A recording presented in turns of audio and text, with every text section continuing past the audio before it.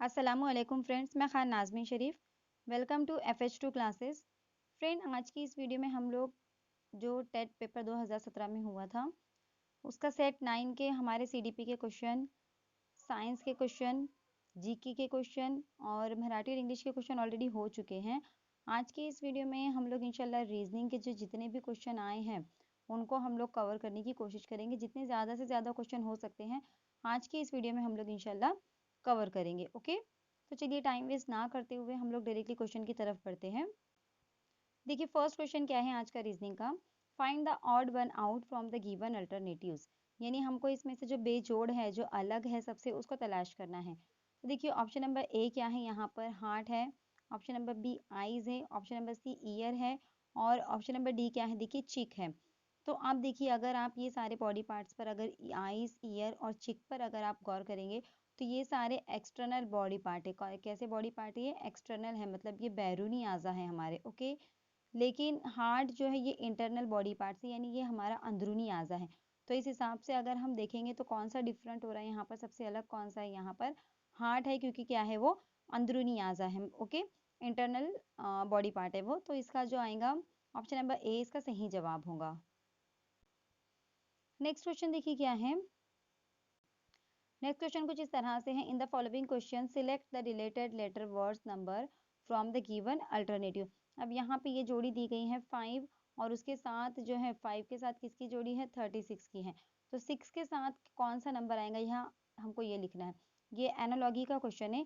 तो देखिए अगर हम यहाँ पे 5 को अगर कोरिलेट करने की कोशिश करते हैं, 5 उसके बाद डायरेक्टली 36 है, तो एडिशन का अमल तो नहीं हुआ होगा क्योंकि इनके बीच का गैप काफ़ी बड़ा है। तो हम ये देख सकते हैं कि इनके बीच में अगर छोटे से बड़े की तरफ अचानक नंबर बढ़ रहा है तो यहाँ पर या तो एडिशन होता है या तो मल्टीप्लाई होता है। लेकिन ये 5 से डायरेक्टली 36 पर, यानी काफ़ी बड़ा डिफरेंस है इनके बीच में। तो यहाँ पर जो है प्लस तो नहीं हो सकती, तो हम मल्टीप्लाई करके देखेंगे। तो देखिए 36 से नज़दीक नज़दीक 5 के टेबल में कौन सा नंबर आता है, तो 35 आता है। कितने नंबर पर आता है, 5 7 जा 35 होता है, उसमें +1 करेंगे तो मिलता है हमको 36। यानी 5 को किससे मल्टीप्लाई किया गया है, 7 से। 5 7 जा 35 +1 होता है 36। ओके, तब यहाँ पर वही रूल हम इसमें अपना कर देखते हैं कि 6 इंटू 7 +1 तो कितना होता है, 6 7 जा 42 होता है, इसमें +1 अगर हम करते तो कितना होता है, 43 होता है। तो ऑप्शन में 43 है क्या, हम देखेंगे। ऑप्शन नंबर सी देखिए यहाँ पर हमको नजर आता है 43। ओके, हम आंसर भी चेक कर लेते हैं एक बार। देखिए आंसर भी इसका गिवन है 43। तो इस हिसाब से क्या पैटर्न था यहाँ पर, 6 इंटू 7 +1 यानी ये आ गया 42 +1 इज इक्वल टू आया हमारा 43। ओके, तो इस हिसाब से आपको पहचानना है पैटर्न को और एनालॉगी जो है कंप्लीट करनी है। नेक्स्ट क्वेश्चन देखिए क्या है, for the assertion A and reason are given below choose the correct alternative from the following. अब असर्शन क्या है और उसका रीजन क्या है, हमको यहाँ पर क्या सही है इसके हिसाब से हमको चारों ऑप्शन में से सिलेक्ट करना है। तो असर्शन क्या है, देखिए Belgium is associated with diamonds, यानी बेल्जियम हीरो के साथ वाबस्ता है। ओके, उसके बाद उसका रीजन क्या है, देखिए more than 75% of world rough diamonds pass through Antwerp, यानी दुनिया भर में 75% से ज्यादा जो हीरे हैं वो एंट्रॉप से गुजरते हैं। क्या ये इसका रीजन है, तो हमको यहाँ पर सिलेक्ट करना है। तो देखिए ऑप्शन नंबर ए क्या है, both A and R true and R is the correct explanation of A. जो ऑप्शन नंबर बी है, both A and R true but R is not the correct explanation of A. या option number C है, A is true but R is false. या option number D है, A is false but R is true. तो देखिए इस हिसाब से अगर हम देखा जाए तो बेल्जियम जो है वो हीरो के साथ वाबस्ता है, क्योंकि दुनिया भर में 75% से ज्यादा हीरे जो है वो एंट्रॉप से गुजरते हैं।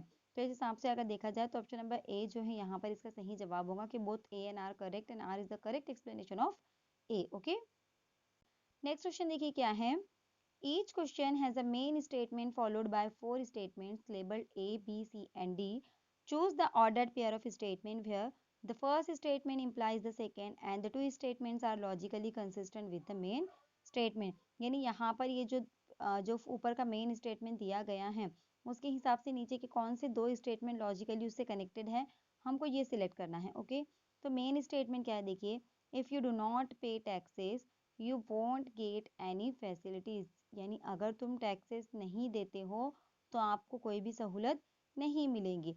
तो इसका क्या होगा, यहाँ पर देखिए निगेटिव सेंटेंस है तो हम इसको निगेटिव में ही लेंगे, यानी यू डिड नॉट पे टैक्सेस, ओके, तो you want get any facilities, you did not get any facilities. इस हिसाब से अगर देखा जाए तो ए डी या फिर डी ए ऐसे भी हम लिख सकते हैं, ये इसका करेक्ट आंसर होगा। ओके, तो कहाँ पर देखिए ऑप्शन नंबर ए में ही यहाँ पर हमको इसका आंसर नजर आ रहा है। देखिए उर्दू में क्या है, जब आप टैक्स नहीं देते हैं तो आपको कोई सहूलत नहीं मिलती।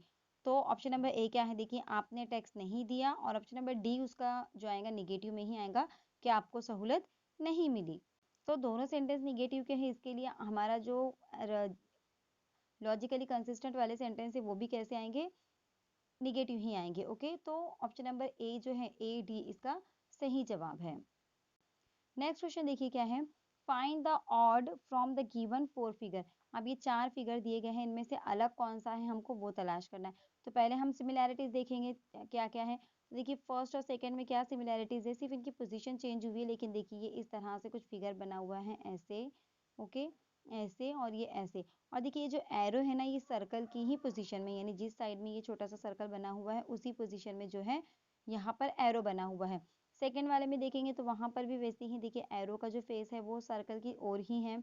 उसके बाद थर्ड वाले में अगर देखेंगे तो देखिए पोजीशन सिर्फ चेंज हुई है इस तरह से, लेकिन जो एरो है ये यहीं पर ही है ना सर्कल के सेक्शन में। लेकिन आप अगर ऑप्शन नंबर डी देखते हैं तो देखिए ऑप्शन नंबर डी किस तरह से बना हुआ है, देखिए सर्कल यहाँ है और एरो पीछे की साइड में है, यानी यहाँ पर ये डिफरेंस है इसके अंदर। तो इस हिसाब से अगर देखा जाए तो क्या इसका सही जवाब होना चाहिए, ऑप्शन नंबर डी जो है यहाँ पर इसका सही जवाब होगा। देखिए ऑप्शन नंबर डी इसका आंसर गिवन है। ओके, तो ऐसे आपको जो फिगर्स दिए जाएंगे उसमें आपको सिमिलैरिटीज और डिफरेंसेस पहचान कर ऑड वन आउट या उससे मिलता जुलता कौन सा फिगर है ऐसा भी आता है, तो वो आपको तलाश करना होता है। ओके, नेक्स्ट क्वेश्चन देखिए रिपीटेड सीरीज का क्वेश्चन है, in each of the following letter series same of the letters are missing which are given in that order as not of the alternative below it as one of the alternative below it. यानी जैल के हरूफ series में कोई हरूफ गुमशुदा है, आपको इनकी शनाख्त जैल के इख्तियारात में से करनी है। तो देखिए किस तरह से है, यहाँ पर बी, फिर यहाँ पर ब्लैंक है, फिर बी है, फिर ए है, अगेन ब्लैंक है, फिर बी ए बी, फिर अगेन ब्लैंक है, फिर ए बी ए, फिर अगेन ब्लैंक है, और फिर बी और ए है। इस तरह से यहाँ पर गिवन है। तो अब इस हिसाब से अगर हम देखेंगे तो दो ही अल्फाबेट हमको नजर आ रहे हैं, तो हम यहाँ पर दो दो की जोड़ी बना लेंगे। इस तरह से दो दो के हम क्या करेंगे, पेयर करेंगे। ओके, यहाँ पे हम इस तरह से पेयर करते हैं तो क्या मिलता है, देखिए बी ए, फिर ए बी है, फिर यहाँ पर बी आना चाहिए, फिर बी ए आना चाहिए, फिर ए बी है, फिर यहाँ पर ए बी आना चाहिए, और लास्ट में बी ए है। तो इस हिसाब से ए बी ऐसी जोड़ी यहाँ पर बन रही है। ओके, तो यहाँ पर अगर हम देखेंगे तो हमारा ऑप्शन क्या आना चाहिए, ए, ये बी, फिर ये ए और फिर ये बी, यानी ए बी जो है हमारा आंसर यहाँ पर ऑप्शन में से आना चाहिए। ओके, तो देखिए इस तरह से आपको ये देखना है सबसे पहले कि किस तरह से हमको पेयरिंग करनी है अल्फ़ाबेट में। तो इसके लिए आप क्या करेंगे, अल्फ़ाबेट कितने यूज़ हुए हैं वो देखेंगे। जैसे यहाँ पर सिर्फ दो ही अल्फ़ाबेट का इस्तेमाल हुआ था, ए और बी का, तो हमने क्या किया, इनकी दो दो की पेयरिंग की। अगर सी भी यहाँ पर ऐड हो जाता तो हम क्या किए होते, तीन तीन की पेयरिंग किए होते। यानी जितने अल्फ़ाबेट हैं आप उतनों की पेयरिंग करके देखिए, ये आपको ईजी पड़ता है। ओके, तो इस तरह के सवालात को आपको ऐसे सॉल्व करना है। और उसके बाद ब्लैंक स्पेस में क्या आ सकता है, लॉजिक लगाइए, क्या पैटर्न बन रहा है और इसके हिसाब से ऑप्शन में से सिलेक्ट करिए। तो अभी हमको क्या ढूंढना है, कहाँ पर ए बी है। ओके, तो ऑप्शन नंबर ए है बी ट्रिपल ए, तो ये तो नहीं हो सकता इसका आंसर। ऑप्शन नंबर बी है ए बी ए, हमको क्या चाहिए, ए बी चाहिए हमको। ओके, ये भी गया। ऑप्शन नंबर सी देखिए ए बी, तो यहाँ पर ऑप्शन नंबर सी ही जो है हमारा करेक्ट आंसर है। ओके, ऑप्शन नंबर सी जो है यहाँ पर इसका सही जवाब है। नेक्स्ट क्वेश्चन देखिए क्या है, find the mirror image of the figure given below. ये जो फिगर दिया गया है यहाँ पर इसकी मिरर इमेज किस तरह से तैयार होंगी हमको वो देखना है। तो देखिए मिरर इमेज में कुछ भी नहीं होता है, जैसा है वैसे के वैसे हमको नजर आता है, सिर्फ राइट का लेफ्ट में और लेफ्ट का राइट में हमको दिखाई देता है, बाकी का कोई भी चेंजेस यहाँ पर नहीं आता है। देखिए यहाँ पर ए वाले में अगर हम देखेंगे तो क्या फर्क है, देखिए रियल की पोजीशन देखिए इस तरह से है, और ए की पोजीशन देखिए ऐसी है, जबकि पोजीशन चेंज नहीं होंगी। क्या कहा गया, सिर्फ जो इसके राइट में है वो आपको लेफ्ट में नजर आएगा, जो लेफ्ट में है वो राइट में नजर आएगा। ओके, लेकिन यहाँ पर हमको क्या करना है, सिर्फ राइट का लेफ्ट और लेफ्ट का राइट में आता है, सिर्फ इतना देखना है, बाकी का कोई भी पोजीशन ऊपर से नीचे या नीचे का ऊपर यहाँ पर पोजीशन चेंज नहीं होती है। अगर फिगर नंबर बी तो कैंसिल हो गया, फिगर नंबर सी भी अगर देखेंगे तो देखिए ये वाला जो ओरिजिनल फिगर है कुछ इस तरह से बना है। ओके, कुछ इस तरह से ये बना है। लेकिन अगर आप ये वाला फिगर देखेंगे, फिगर नंबर सी, तो देखिए ये पूरा अपोजिट हो गया है, पूरा डायरेक्टली अपोजिट हो गया। लेकिन ऐसा अपोजिट ये नहीं होता है। मिरर इमेज अगर हम देखें तो मैं आपको पहले ही बता चुकी हूँ कि ये पोजीशन बिल्कुल चेंज नहीं होगी, सिर्फ राइट का लेफ्ट और लेफ्ट का राइट होगा। तो ऑप्शन नंबर सी और ऑप्शन नंबर डी दोनों भी यहाँ पर कैंसिल हो जाते हैं। इस हिसाब से अगर देखा जाए तो सिर्फ ऑप्शन नंबर ए ही यहाँ पर सेम इसके जैसा फिगर है, यानी इसमें कोई भी चेंज हमको नजर नहीं आएगा, क्योंकि यहाँ पर दाएं बाएं का कोई सवाल ही नहीं आता है। ये ऐसा फिगर है जिसमें दाएं और बाएं में कोई चेंजेस नहीं आएगा। तो इसके हिसाब से यहाँ पर जो है ऑप्शन नंबर ए जो है इसकी मिरर इमेज करेक्ट होंगी। Sorry, option number B, option number A तो रिवर्स हो गया है ना, ये वाला जो शेप है। एक्सट्रीमली सॉरी, ऑप्शन नंबर ए नहीं, ऑप्शन नंबर बी जो है, क्योंकि देखिए एग्जैक्ट ऐसी ही शेप बनी है, ये ऐसा है, तो ऑप्शन नंबर बी जो है वो भी एग्जैक्ट जैसी सवाल में शक्ल दी गई है सेम वैसी ही यहाँ पर बन रही है। तो इस हिसाब से अगर हम देखेंगे तो ऑप्शन नंबर बी जो है यहाँ पर इसका सही जवाब है। ऑप्शन नंबर ए तो पहले ही एलिमिनेट हो गया था, सी और डी भी एलिमिनेट हो चुका है। ओके, नेक्स्ट क्वेश्चन देखिए क्या है।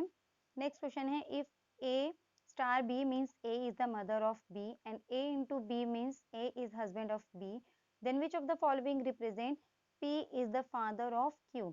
यानी यहाँ पर अगर इसका मतलब है, ये जो दिया गया है इस तरह से ए स्टार बी, इसका मतलब होता है कि ये जो ए है ये मदर है बी की, और ए इंटू बी का मतलब अगर होता है कि ए जो है ये बी का हस्बैंड है। ओके, ऐसे अगर यहाँ पर रिलेशन बताया गया है तो हमको क्या पहचानना है कि पी फादर है क्यू का, ये वाला कैसे हम रिप्रेजेंट करेंगे। तो देखिए हम एक एक ऑप्शन को देखते जाएंगे।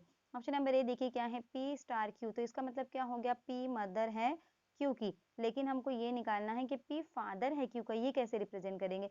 इस हिसाब से जो देखिए इस यहाँ पर दिया गया है कि A star B means A is the mother of B, तो पी स्टार क्यू का मतलब क्या हो जाएगा, P is the mother of Q, यानी पी जो है वो क्यू की क्या हो जाएंगी, इस हिसाब से माँ हो जाएगी।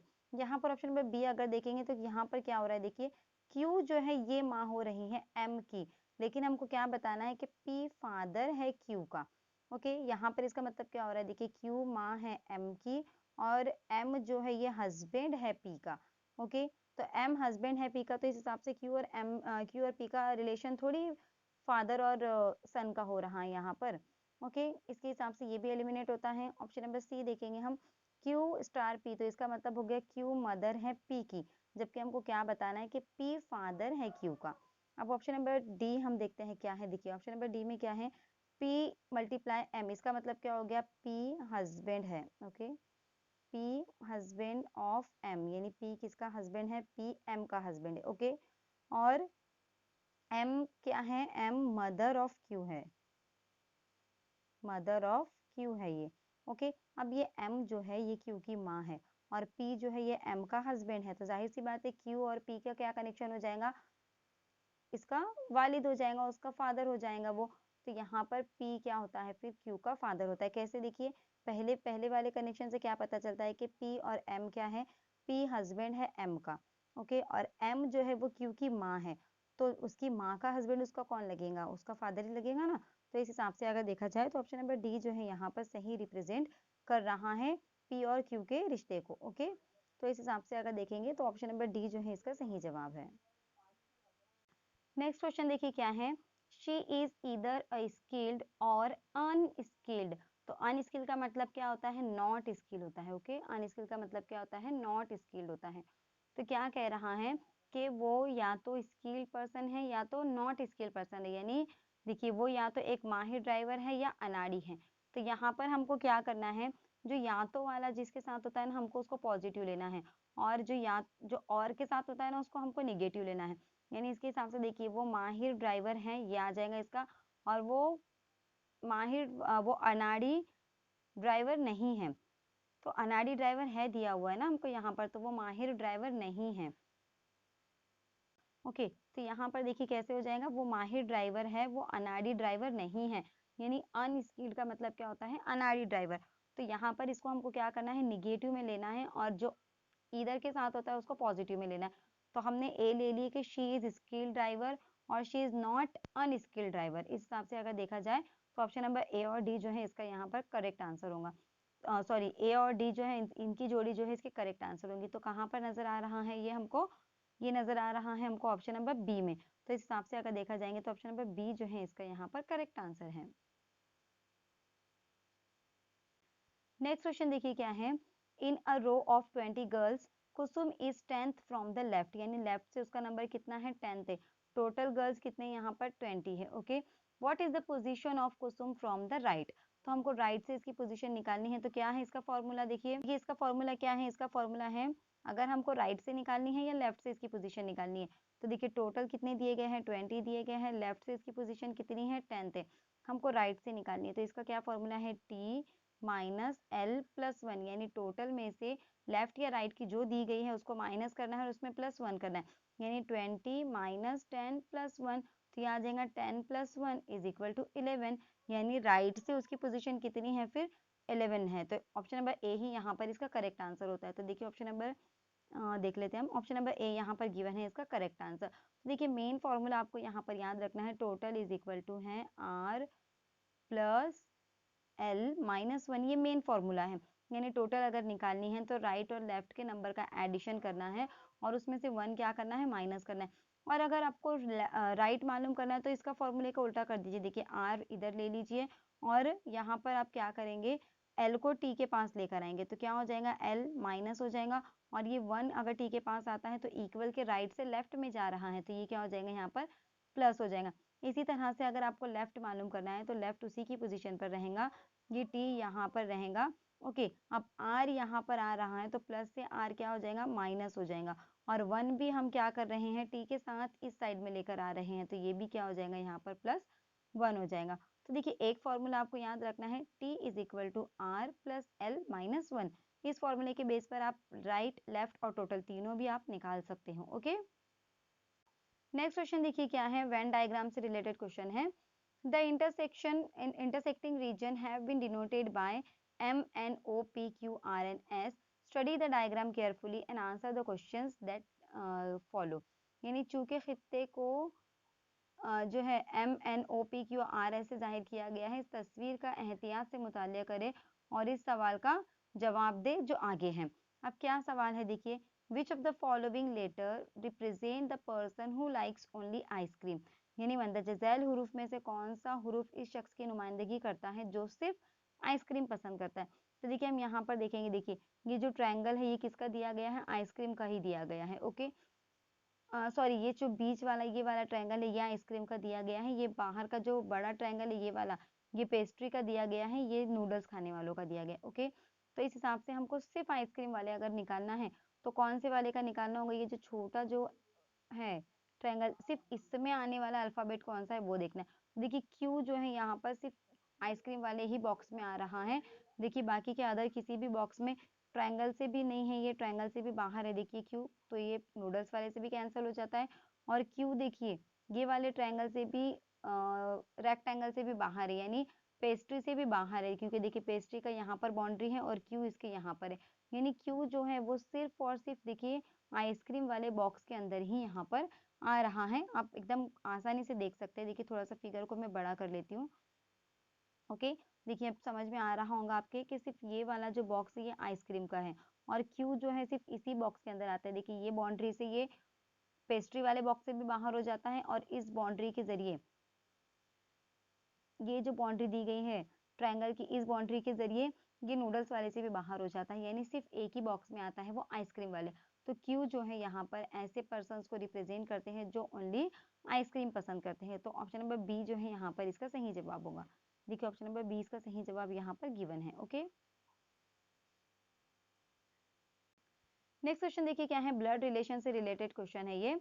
माला is the wife of Shyam, Shyam is the only child of Raman, who is the husband of Shyam's mother, how is Mala related to Raman, यानी माला श्याम की बीवी है, श्याम रमन का वाहिद बेटा है। ओके, रमन का जो श्याम की माँ का शोहर है। माला का रमन से क्या रिश्ता है? देखिए इसको किस तरह से रिप्रेजेंट करेंगे। सबसे पहले देखेंगे Mala is the wife of Shyam, यानी माला कौन है? देखिए वाइफ है श्याम की, तो ये माइनस आ जाएगा, ये प्लस आ जाएंगे, क्योंकि वाइफ जो फीमेल ली जाती है उसको हम माइनस का साइन लगाते हैं और जो मेल लिया जाता है उसको हम प्लस का साइन लगाते हैं। और जो हस्बैंड वाइफ का रिलेशन है उसको हम ये दो जो हॉरिजॉन्टल लाइन है उससे रिप्रेजेंट करते हैं। उसके बाद क्या कह रहा है, देखिए Shyam is the only child of Raman, यानी श्याम जो है वो रमन का ओनली चाइल्ड है। यहाँ पर हम रमन ले लेंगे। ओके, एक वर्टिकल लाइन से हम क्या करते हैं, नेक्स्ट जनरेशन को रिप्रेजेंट करते हैं। तो राम ऊपर आएगा क्योंकि Ram sorry Shyam is the only child of Raman, Raman ऊपर आएगा और श्याम नीचे आएगा क्योंकि श्याम चाइल्ड है। Who is the husband of Shyam's mother, यानी रमन कौन है, यहाँ पर हस्बैंड है। ओके, तो इस हिसाब से क्या है, how is the Mala related to Raman, तो ये माला और रमन का क्या रिश्ता है। देखिए माला के हस्बैंड श्याम है, श्याम के वालिद जो रमन है, तो माला उनकी कौन लगेंगी, बहू लगेंगी। तो इस हिसाब से देखिए ऑप्शन नंबर बी में नजर आ रहा है हमको, डॉटर इन लॉ यानी बहू। ऑप्शन नंबर बी जो है यहाँ पर इसका सही जवाब होगा। देखिए फिगर को रिप्रेजेंट करके आप कितनी आसानी से बना सकते हैं। अब इसका थोड़ा सा बेसिक मैं आपको बता देती हूँ। देखिए हस्बैंड और वाइफ का अगर आपको रिश्ता बताना है तो उसको आप ऐसे दो लाइन से बताएंगे, जैसे ए और बी हस्बैंड और वाइफ है। अब इसमें से हस्बैंड कौन है, वाइफ कौन है, कैसे पहचानेंगे। अगर हस्बैंड ए है तो इस पर प्लस का साइन आएगा और वाइफ बी है तो इस पर माइनस का साइन आएगा। और सपोज ए फादर है बी के, तो बी नीचे आएगा और ए चूंकि फादर है इसके लिए उस पर प्लस का निशान आ जाएगा। और अगर भाई बहन का रिश्ता बताना है, जैसे ए बी का भाई है तो ए भाई है तो यहाँ पर प्लस का निशान आ जाएगा। और भाई बहन के रिश्ते को ओनली एक हॉरिजॉन्टल लाइन से हम क्या करेंगे, रिप्रेजेंट करेंगे। तो ये चीजें आपको मालूम होनी चाहिए कि मेल के ऊपर प्लस का साइन लगाना है, फीमेल के ऊपर माइनस का साइन। हस्बैंड और वाइफ के रिलेशन को दो हॉरिजॉन्टल लाइन से रिप्रेजेंट करना है। नेक्स्ट जनरेशन को यानी फादर और यानी बाप बच्चों की या माँ बच्चों की जो जनरेशन है उसको वर्टिकल लाइन से रिप्रेजेंट करना है, एक वर्टिकल लाइन से। और भाई बहन का रिश्ता है तो उसको एक हॉरिजॉन्टल लाइन से रिप्रेजेंट करना है। इस तरह से अगर ये बेसिक आपको पता होगा तो ब्लड रिलेशन वाले क्वेश्चन भी आप बहुत ही जल्दी सॉल्व कर लेंगे। ओके, देखिए अब इसके अंदर हमको क्या करना है, how many triangles are there in the figure given below. इसके अंदर हमको ट्रायंगल काउंट करने हैं। तो हम देखिए इस तरह से भी कर सकते हैं।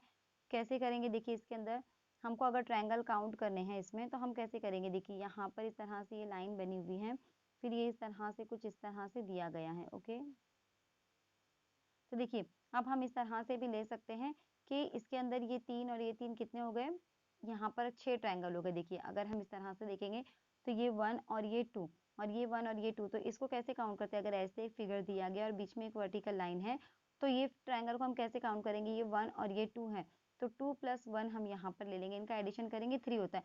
तो इस तरह से ऊपर वाले ट्रायंगल में 3 ट्रायंगल और नीचे वाले में 3 ट्रायंगल, यानी यहाँ पर टोटल हो रहे हैं हमारे 6, ये 6 हो गए। किस तरह से, इस तरह से फिगर में ये 6 हो गए। देखिए इसमें 3 हो गए और इसमें यहाँ पर 3 हो गए, ये 6 हो गए हमारे। ओके, अब इसके बाद हमको क्या करना है, देखिए एक इस तरह से भी यहाँ पर ट्रायंगल बन रहा है बड़ा वाला, तो ये कितना हो गया 7। और यहाँ से भी देखिए इस तरह से एक बड़ा ट्रायंगल बन रहा है, ये कितना हो गया 8। तो यानी यहाँ पर इसमें +2 करेंगे, ये हो गया। उसके बाद देखिए यहाँ पर ये एक ट्रायंगल है, ये 2, ये 3 और ये 4, यानी इसमें और 4 एडिशन करना है हमको। तो कितने होते हैं, देखिए 6 और 4 10, 10 और 2 12, यानी टोटल कितने ट्रायंगल यहाँ पर बन रहे हैं, 12 ट्रायंगल बन रहे हैं। ओके, तो इस हिसाब से अगर देखा जाए तो ऑप्शन नंबर बी जो है यहाँ पर इसका सही जवाब होगा। ओके, ऑप्शन नंबर बी 12 यहाँ पर इसका सही जवाब है।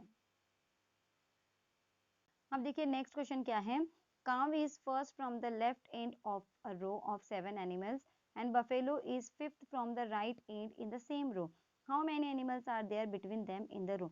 यानी जानदारों की कतार में जो गाय है कतार के बाएं छोर से पहली है और इसी कतार के दाएं छोर से भैंस की जगह पांचवी है। कतार में 7 लोग हैं तो इनके दरमियान कितने जानवर हैं। देखिए यानी सपोज ये एक रो है। ओके, इसमें यहाँ से लेफ्ट से क्या कहा गया, cow is first from the left and, यानी यहाँ से जो है काउ पहले नंबर पर है, ये काउ का नंबर हो गया पहला। ओके, और राइट से क्या कहा गया है, टोटल एनिमल्स कितने हैं, यहाँ पर टोटल है 7 एनिमल्स। ओके, और buffalo is fifth from the right, यानी यहाँ से अगर हम काउंट करते हैं तो बफेलो कितने नंबर पर आती है, 5 नंबर पर आती है। तो हमको क्या निकालना है कि इन दोनों के बीच में कितने एनिमल टोटल आ रहे हैं, काऊ और यहाँ पर बफेलो है। बफेलो राइट राइट से 5वें नंबर पर है, काऊ लेफ्ट से पहले नंबर पर है। तो इनके दरमियान कितने एनिमल्स यहाँ पर आ रहे हैं, ये कैसे निकालेंगे हम। देखिए क्या करना है, राइट और लेफ्ट का जो दिया गया है वो प्लस करके टोटल में से माइनस करनी है। यानी बफेलो का राइट से दिया गया 5, काऊ का लेफ्ट से दिया गया है 1, इसकी प्लस करेंगे और इसको क्या करेंगे हम 7 में से माइनस कर देंगे। तो 6 इनकी प्लस आ रही हैं, 7 में से इसको माइनस करते तो कितना आ रहा है 1, यानी इनके बीच में कितने एनिमल्स थे, ओनली 1 एनिमल था। तो क्या करना है ऐसे सवालात के अंदर, अगर दरमियान क्या पूछे जाए आपको, तो लेफ्ट और राइट से जितने भी दे दिए जाएंगे उनका एडिशन करके टोटल में से आपको वो माइनस कर देना है। ओके, तो यहाँ पर क्या आ जाएगा फिर इसका आंसर, ऑप्शन नंबर ए जो है एक इसका सही जवाब होगा।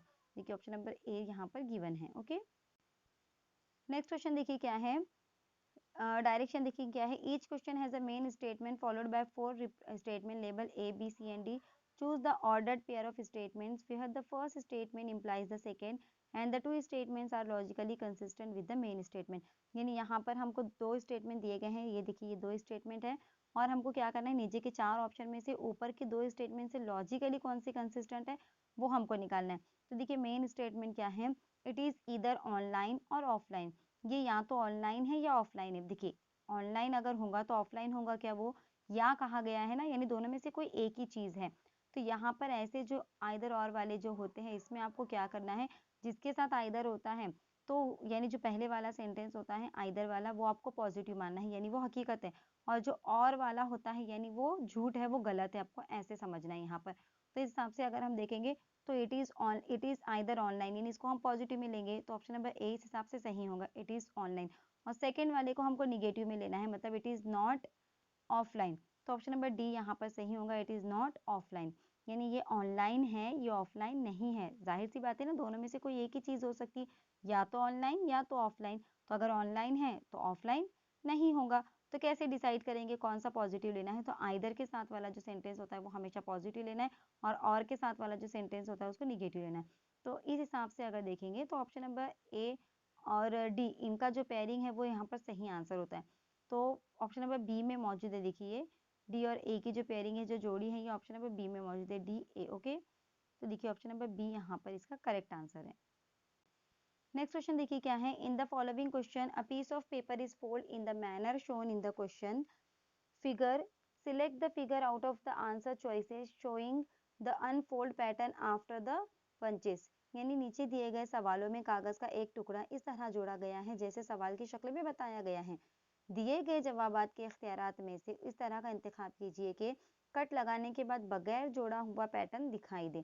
तो देखिए यहाँ पर क्या किया गया है, देखिए ये जो है ये कागज इस शेप में कटा हुआ है और इसके ऊपर देखिए कुछ इस तरह से डिजाइन है।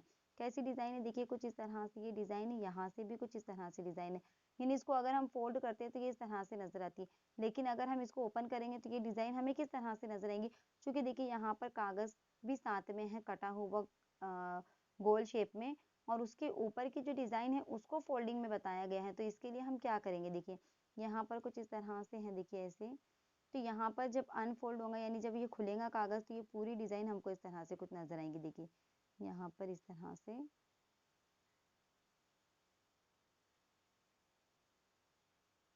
इस तरह से नजर आएंगी, लेकिन साथ में जो है यहाँ पर इसका कागज का टुकड़ा जो गोल शेप में वो भी मौजूद है। ओके, तो इस हिसाब से अगर देखा जाए तो ऑप्शन नंबर बी इसका सही जवाब होगा। डी क्यों नहीं होगा, क्योंकि डी में ओनली इस पैटर्न को काटा गया है, कागज का जो गोल शेप है ये वो यहाँ पर नहीं लिया गया है, जबकि सवाल में जाहिर से दिखा रहा है कि कागज जो गोल शेप का है उसको फोल्डिंग किया गया, तो उसके ऊपर जो डिजाइन प्रिंटेड है वो किस तरह से नजर आएंगी ये हमको गौर करना है। तो ऑप्शन नंबर बी यहाँ पर इसका करेक्ट आंसर होगा। ओके, देखिए ऑप्शन नंबर बी यहाँ पर इसका सही जवाब है। देखिए क्या है, ये अल्फाबेट सीरीज से रिलेटेड क्वेश्चन है, आपको ये कंप्लीट करना है। तो इसमें आप कैसे कंपेयर करेंगे, देखिए सबसे पहले आप ना हर जोड़ी में से फर्स्ट अल्फाबेट को कंपेयर कीजिए। देखिए ये ए है, इसके फौरन बाद का बी है यहाँ पर, इसके फौरन बाद का सी है, इसके फौरन बाद का यहाँ पर डी है, तो यहाँ पर क्या आना चाहिए, इस हिसाब से ई आना चाहिए। ओके, अब इसके बाद हम बाजू वाले अल्फाबेट को कंपेयर करेंगे, तो देखिए ये पी है, फिर क्यू है, फिर आर है और फिर डायरेक्टली एस है। तो इसके बाद क्या आता है टी, यानी ई टी यहाँ पर नेक्स्ट पैटर्न बनना चाहिए, क्योंकि पहले पहले अल्फाबेट क्या है यहाँ पर, देखिए पहले ए, उसके बाद ये वाले में पहले बी, ये वाले में पहले सी, ये वाले में पहले डी, तो इस हिसाब से यहाँ पर पहले क्या आएगा, फिर ई आ जाएगा। ओके, उसके बाद हम इसको देखेंगे, यहाँ पर सेकंड वाला क्या है, पी है, यहाँ सेकंड वाला क्या है, क्यू है, यहाँ सेकंड वाला क्या है, आर है और यहाँ सेकंड वाला क्या है, ऐसे, तो इसका अगला क्या आ जाएगा, टी, यहाँ पर आ जाएगा टी, तो ई टी जो है यहाँ पर इसका सही जवाब होता है, यानी ऑप्शन नंबर ए जो है यहाँ पर इसका करेक्ट आंसर है। ओके, ऑप्शन नंबर ए ई टी इसका यहाँ पर सही जवाब है। नेक्स्ट क्वेश्चन देखिए क्या है, Vivek put his watch on the table in such a way that at 6 p.m. our hand point to north, in which direction the minute hand will point at 9:15 p.m. यानी एक विवेक अपनी घड़ी को मेज पर इस तरह रखता है कि शाम के 6 बजे बजने वाली घड़ी का कांटा शुमाल की तरफ है, तो रात 9:15 यानी 9:15 पर मिनट का कांटा किस सिमत की तरफ इशारा करेगा। तो देखिए हम यहाँ पर पहले तो रिप्रेजेंट करेंगे कैसे, देखिए यहाँ पर इस तरह से दिया गया है। ओके, और क्या कहा गया है, देखिए सपोज ये यहाँ पर 12 है, वेट, देखिए यहाँ पर 12 है, यहाँ पर 6 है, यहाँ पर 3 है, यहाँ पर 9 है।